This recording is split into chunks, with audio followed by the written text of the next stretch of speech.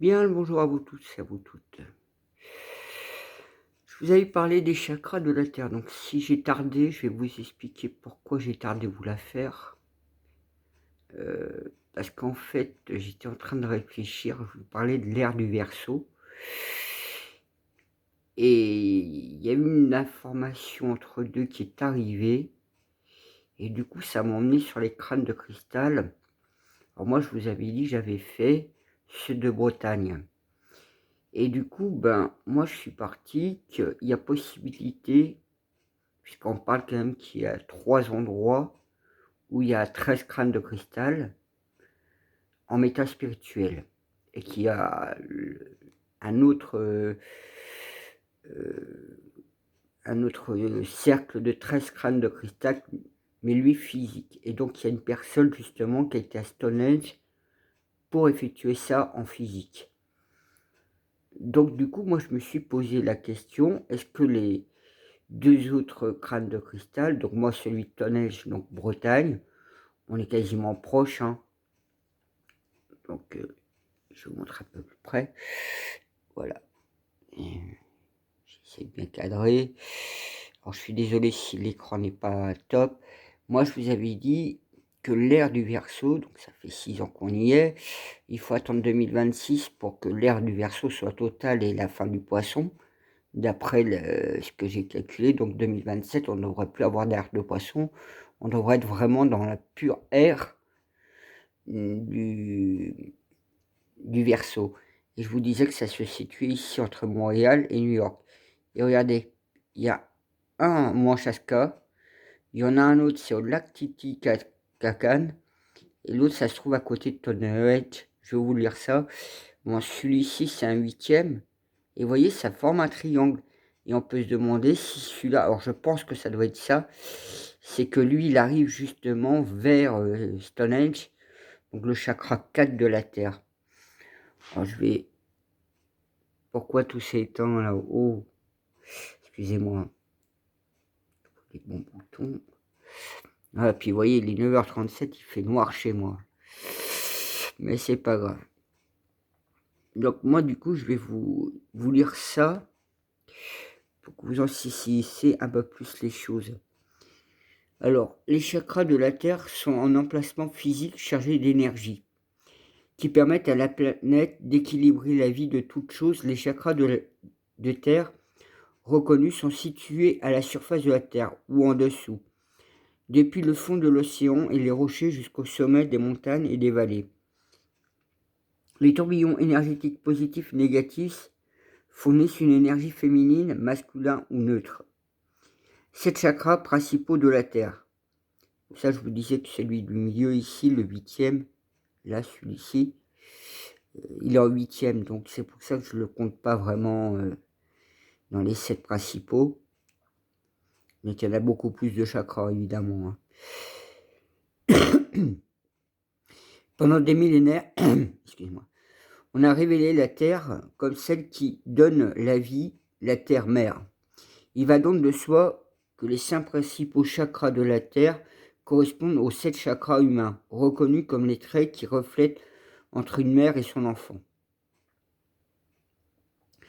Nos chakras s'étendent de la base de la colonne vertébrale au sommet de la tête et sont connectés par un courant qui circule entre eux, pareil pour tous les chakras ou vortex énergétiques, sont connectés par un réseau de lignes qui crée un champ énergétique. Et oui, automatiquement, ces chakras-là sont en connexion avec les lignes telluriques, la grille de la Terre. Il y a aussi les cristaux de la Terre. Souvent, moi, je parle que la Terre, c'est une sphère énergétique, donc une grosse machine quantique, excusez-moi, une grosse machine quantique holographique, vibratoire, extrasensorielle, que nous sommes des antennes vibratoires holographiques extrasensorielles. Donc faut en saisir tout ça, hein. Alors où se situent les chakras de la Terre? 7 emplacements principaux au large acceptent comme des points de grande énergie sur Terre. Selon la carte des chakras, de terre. Voici les emplacements, leur correspondance et une brève description. Donc le mont Shasta, Californie, États-Unis, premier chakra, racine. Vu la base de l'énergie, la source primaire de la force de vie universelle qui régule la circulation de l'énergie de la Terre aux formes et vie, y compris les êtres humains. Le mont Shasta. Alors souvent, le mont Shasta, si je ne me gourre pas, on parle souvent du peuple Télos, la Lémérie, les Atlantes.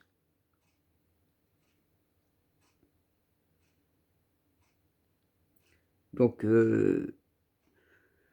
point d'accès, tout ce qui est de la connexion avec soi supérieur. Il est à l'endroit où vous êtes baigné dans la connaissance et puissamment nourri par le divin. Il délivre la réalisation et la fréquence de l'unité de votre connexion à tout.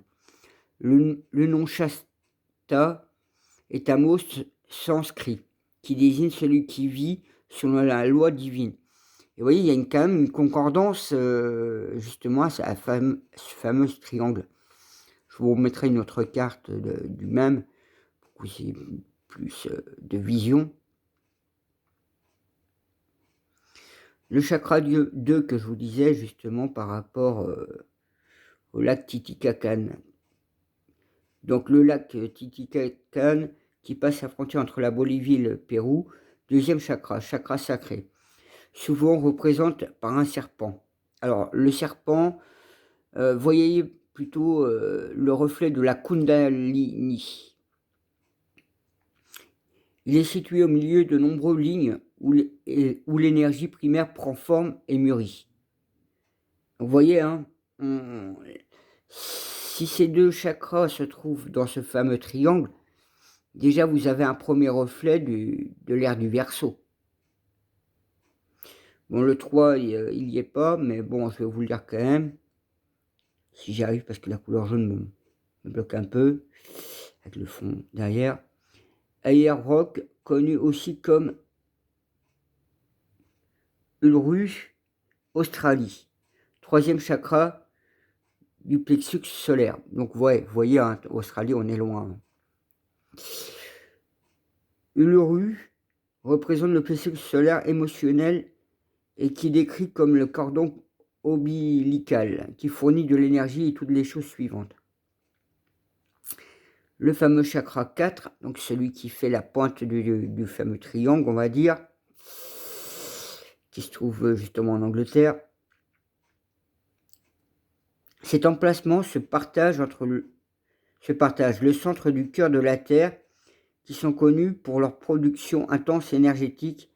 Glastonbury, sur l'ancienne ligne d'Avalon, est un lieu de pèlerinage. C'est sans doute l'un des lieux les plus étranges et des plus mystérieux où on y voit se confronter le christianisme, le paganisme et aujourd'hui encore de nombreuses sont les personnes qui viennent y trouver un sens spirituel. C'est un lieu de légende, de mythes, de croyances qui garde aujourd'hui encore une grande part de mystère.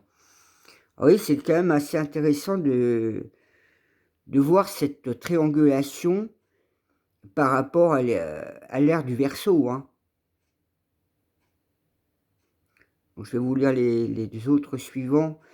La grande pyramide Moyen-Orient, 5e chakra, chakra de la gorge, placé entre le mont Sinaï et le mont des Oliviers, ce chakra de la voie de la terre. L'activation des éons, actuellement situé à Glastonbury, Angleterre, 6e chakra du 3e œil. C'est étonnant, je n'avais pas fait attention qu'il y avait un lien avec le 6e à la fois. Et le 3e œil, hein, qu'on parle. Site transitoire qui ouvre les portes énergétiques et facilite la circulation de l'énergie d'un domaine à l'œuvre. Pareil à la fonction de la glande pinéale humaine et chakra de la Terre. Reste un seul emplacement entre 150 et 200 ans.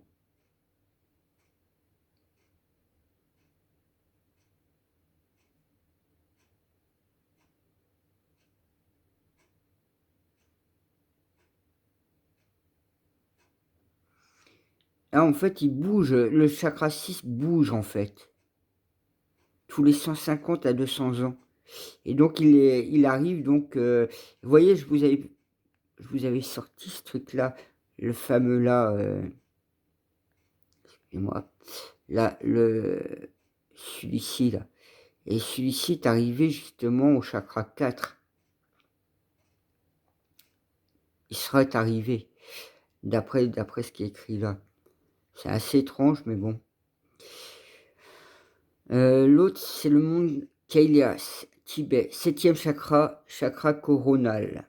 Situé dans l'Himalaya, cette montagne sacrée au centre de chakra de la tête de la Terre qui permet aux individus de se retrouver dans le cheminement spirituel et de connecter avec le divin.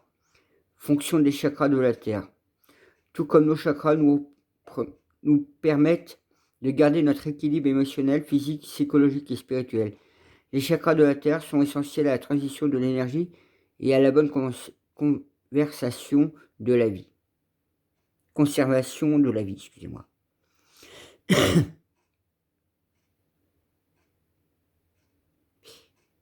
Et voyez le...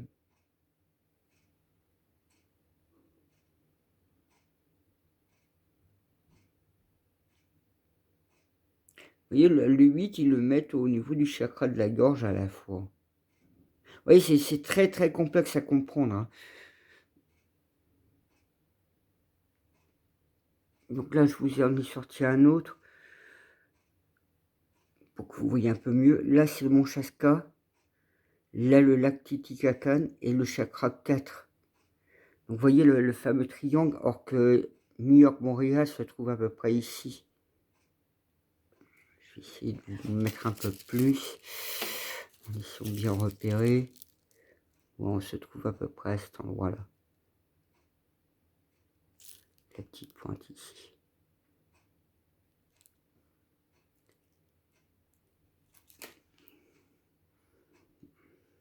Et celui qui bouge, c'est celui-ci. Celui-ci. Comme je vous dis, on est à peu près à la petite pointe ici.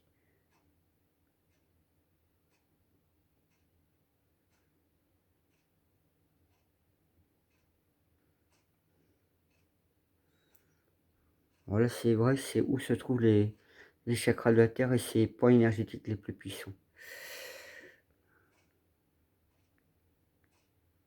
Donc, quand je vous parle de la grille de la Terre, automatiquement, on a référence en point 17, point 16 et le point 11.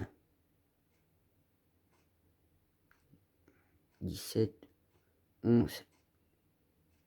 Ah non, 17 ici. Ici. 17, 35, excusez-moi. Et là, c'est le 11. Enfin, il y a un truc comme ça, vous voyez.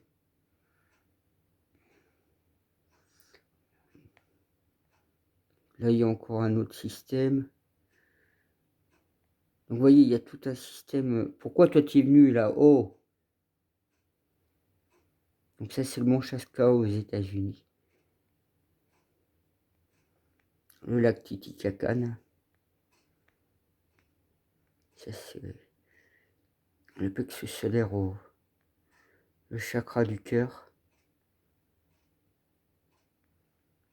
Le chakra de la gorge.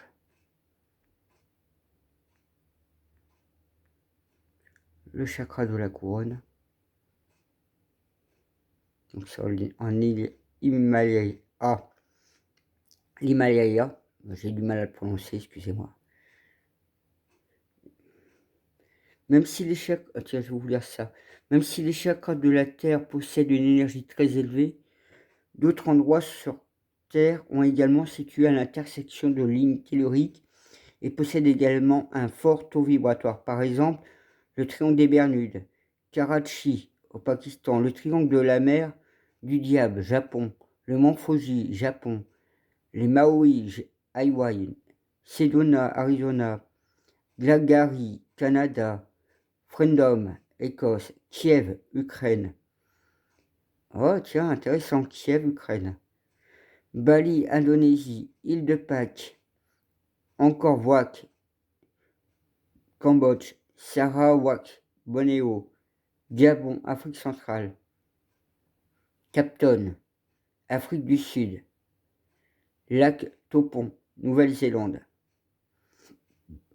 Donc vous voyez, il y a tout un,